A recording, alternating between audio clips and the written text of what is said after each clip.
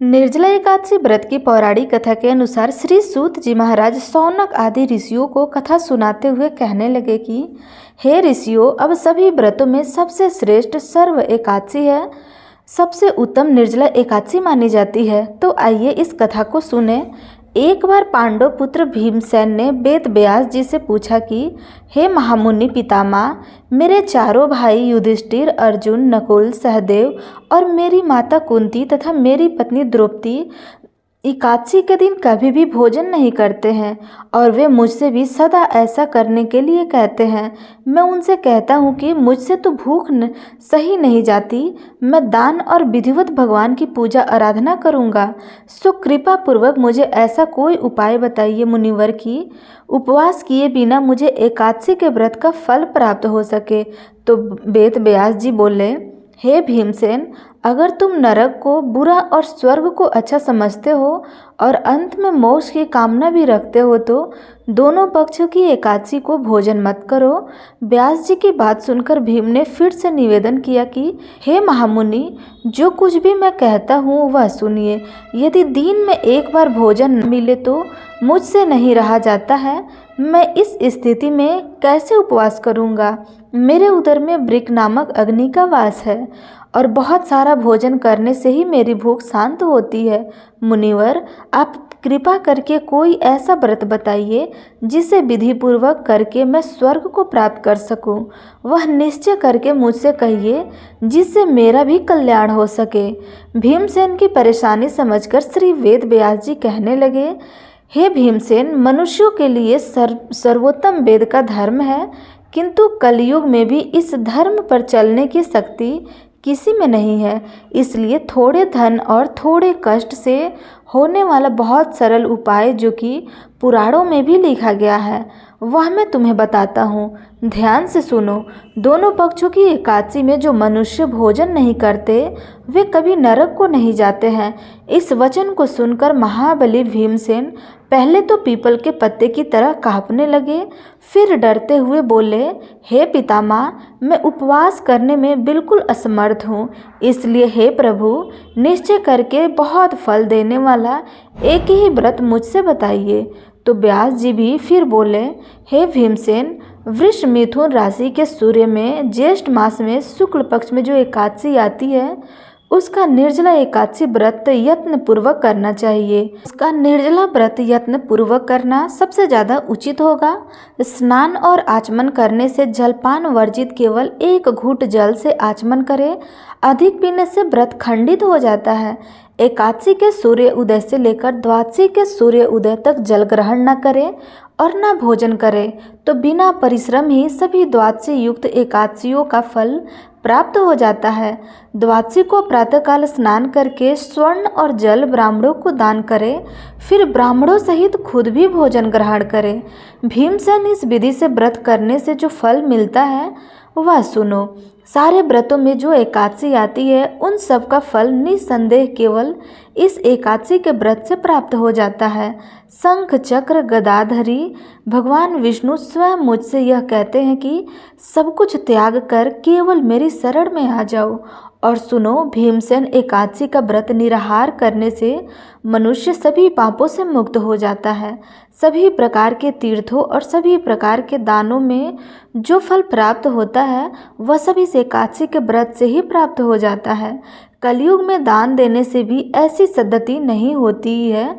अधिक क्या कहूँ। भीमसेन, ज्येष्ठ शुक्ल पक्ष की एकादशी को जल और भोजन ना करे।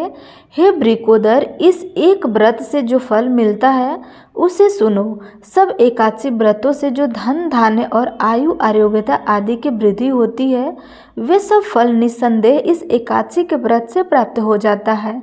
हे नरसिंह भीम, मैं तुमसे सत्य कहता हूँ कि इसके करने से अति भयंकर काले पीले रंग वाले यमदूत, भय देने वाले दंड और फांसी सहित उस मनुष्य के पास कभी नहीं आते, बल्कि भगवान विष्णु के देवदूत उन्हें आकर स्वर्ग को लेकर जाते हैं। तब इस प्रकार वेद व्यास जी कहने पर भीमसेन ने भी इस एकादशी का व्रत किया था, जिसके कारण इस एकादशी का नाम भीमसेन एकादशी पड़ गया। यह रही निर्जला एकादशी की व्रत कथा। अब आप सभी भगवान कृष्ण की एक बहुत ही सुंदर कथा भी सुनिए। इस कथा को सुनने के बाद निश्चित ही आपके मन में भगवान के प्रति भक्ति और भी बढ़ जाएगी। अगर आप भी भक्ति के सागर में गोता लगाना चाहते हैं तो इस कथा को आप पूरा जरूर सुनिएगा। एक बार किसी गांव में हरिदास नाम का एक किसान रहा करता था और वह भगवान कृष्ण की बहुत पूजा किया करता था। उनका बहुत बड़ा भक्त था। लगभग हर महीने ही वह वृंदावन जाता और भगवान को पेड़ों का भोग लगाता।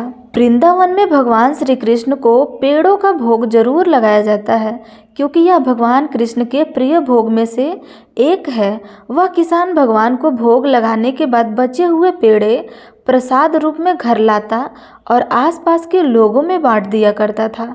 लगभग कई सालों से यही क्रम चला आ रहा था। एक दिन वह किसान वृंदावन में बांके बिहारी जी के दर्शन करने जा रहा था। तभी रास्ते में उसने एक हलवाई की दुकान देखी, जिस पर एक खास तरह की मिठाई बनी रही थी।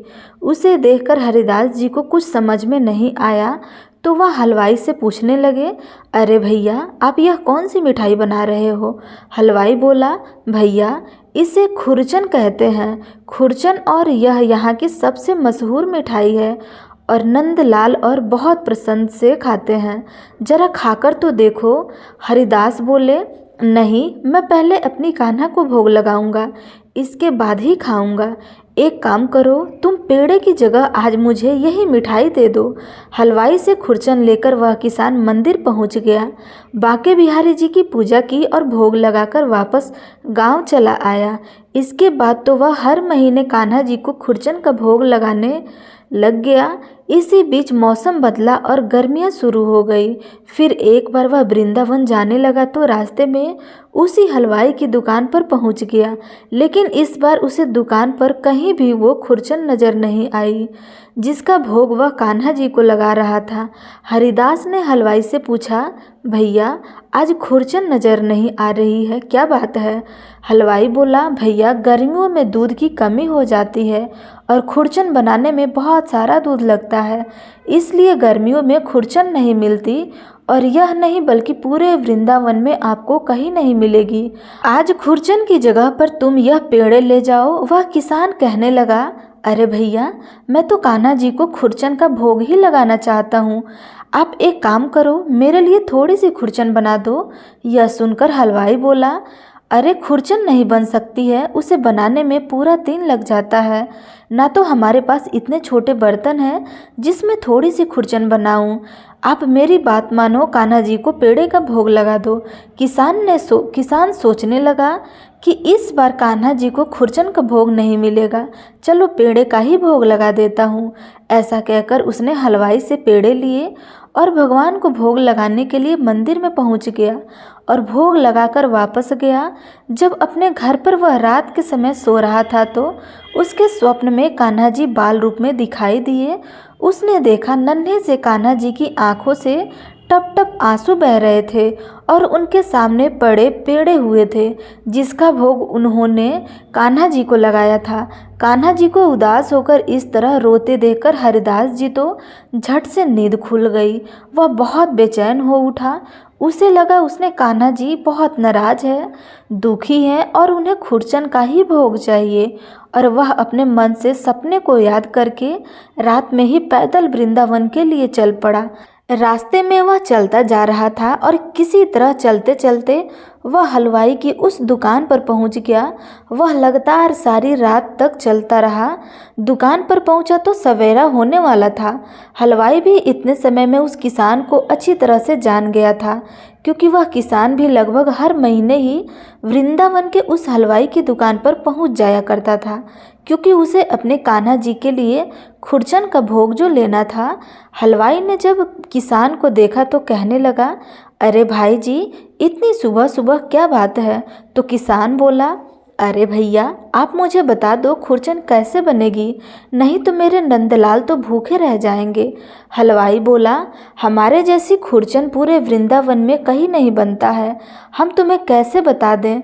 मुझे तो लगता है तुम्हें किसी हलवाई ने खुरचन के बारे में पता करने के लिए भेजा है कि कैसे खुरचन बनाई जाती है, क्योंकि इतनी स्वादिष्ट खुरचन तो केवल हमारी ही दुकान पर मिलती है।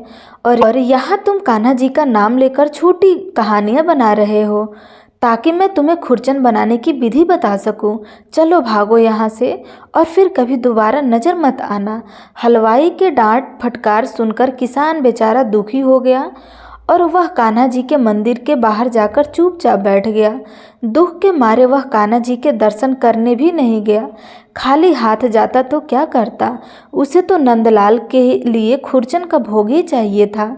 अब इधर किसान को मंदिर की सीढ़ियों पर बैठे बैठे सुबह से शाम हो गई और वह भूखा प्यासा वहीं पर बैठा रहा। वह हरे कृष्णा का नाम जपता रहा। शाम के समय किसी तरह वही हलवाई जिसने किसान को डांटकर भगा दिया था, हरिदास को यानी उस किसान को ढूंढते हुए आया और कहने लगा, भाई जी मैं बहुत देर से आपको ढूंढ रहा हूँ। आपको मैंने दुकान से भगा दिया और इसके बाद से ही मेरी दुकान पर तो एक भी ग्राहक नहीं आया। शाम तक सारी मिठाई ऐसे ही रखी रही और सारी बासी हो गई। आज से पहले तो कभी ऐसा नहीं हुआ है, मुझे माफ़ कर दो। नंदलाल तुम्हारे द्वारा स्वयं मेरी मिठाई का भोग लेना चाह रहे थे और मैंने घमंड में आकर क्या किया, तुम्हें अपनी दुकान से डांटकर भगा दिया। अब चलो मेरे साथ चलो, मैं तुम्हें खुरचन बनाकर दूंगा। किसान कहने लगा, मुझे क्षमा करो भाई, मेरे कारण तुम्हें कष्ट हुआ। अपनी दुकान छोड़कर तुम्हें यहाँ मुझे ढूंढते हुए आना पड़ा। हलवाई बोला, आप पहले मेरे साथ चलो, मैंने बहुत सारा दूध मंगवाया है। अब दुकान में हर दिन खुरचन बनेगी और फिर चाहे तुम कितनी भी खुरचन ले चलो जाना, फिर चाहे कितनी भी महंगी खुरचन क्यों ना हो, मैं तुम्हें कान्हा जी को भोग लगाने के लिए खुरचन ज़रूर दूंगा। अब हलवाई उस किसान को अपने साथ दुकान पर लेकर गया और जिसके सामने ही खुरचन बनाने लगा। पूरी रात खुरचन बनाने में लग गई और सुबह होते ही मंदिर के कपाट खुलते ही किसान ने भगवान को खुरचन का भोग लगाया और उस हलवाई ने सारी खुरचन प्रसाद के रूप में बांट दी। अब किसान के मन में जो बेचैनी थी, जो उदासी थी, वह भी दूर हो गई, क्योंकि उसके नंदलाल ने उसके साथ हाथ से खुरचन का भोग जो ग्रहण किया था।